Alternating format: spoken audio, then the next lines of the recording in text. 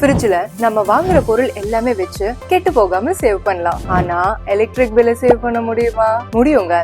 நான் சொல்ற இந்த டிப்ஸ் எல்லாமே ட்ரை பண்ணி உங்க ஈவி பில்லை சேவ் பண்ணுங்க. ஓவர் ஸ்டஃப் பண்ணீங்கன்னா உங்க ஃப்ரிட்ஜுக்கு ஏர் சர்க்குலேஷன் ரிஸ்க் ஏற்படும். பட் எம்டியா இருக்குன்னா வாட்டர் பாட்டில் வச்சு ஃபில் பண்ணிடுங்க. உங்க ஃப்ரிட்ஜை 3 to 5 டிகிரி செல்சியஸ்லயும் ஃப்ரீசரை -18 டிகிரி செல்சியஸ்லயும் மெயின்டைன் பண்ணுங்க. அப்போதான் உங்க கம்ப்ரஸர் ஓவர் ஒர்க் பண்ணாம ஃப்ரெஷ்னஸ் கொடுக்கும். அடிக்கடி ஓபன் பண்ணி க்ளோஸ் பண்றது ஸ்டாப் பண்ணுங்க. ஏன்னா நீங்க ஒரு வாட்டி ஓபன் பண்றப்பையும் கூல் ஏர் வெளியே போகும், எனர்ஜியும் வேஸ்ட் ஆகும். தேவைப்படுறப்ப மட்டும் ஓபன் பண்ணுங்க. சுட சுட சாப்பிட்டா வாய் சுட்டுடும். அப்போ சுட சுட எடுத்துட்டு போய் ஃப்ரிட்ஜ்ல வைக்கிறதும் தப்பு தானே.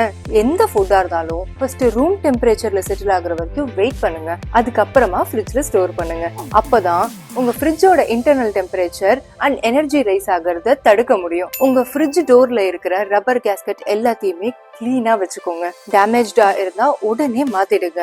இல்லன்னா கூலர் எல்லாமே லீக் ஆயிடும், ஈவி பில் எங்கேயோ போயிடும். நான் சொல்ற இந்த டிப்ஸ் எல்லாமே மெயின்டைன் பண்ணீங்கன்னா உங்க ஃப்ரிட்ஜ் லைஃப் லாங் ரொம்ப நல்லா இருக்கும். உங்க ஈவி பில்லும் சேவ் ஆகும். இந்த மாதிரி ஃப்ரிட்ஜுக்கு உண்டான நிறைய டவுட்டை கமெண்ட்ல கேளுங்க.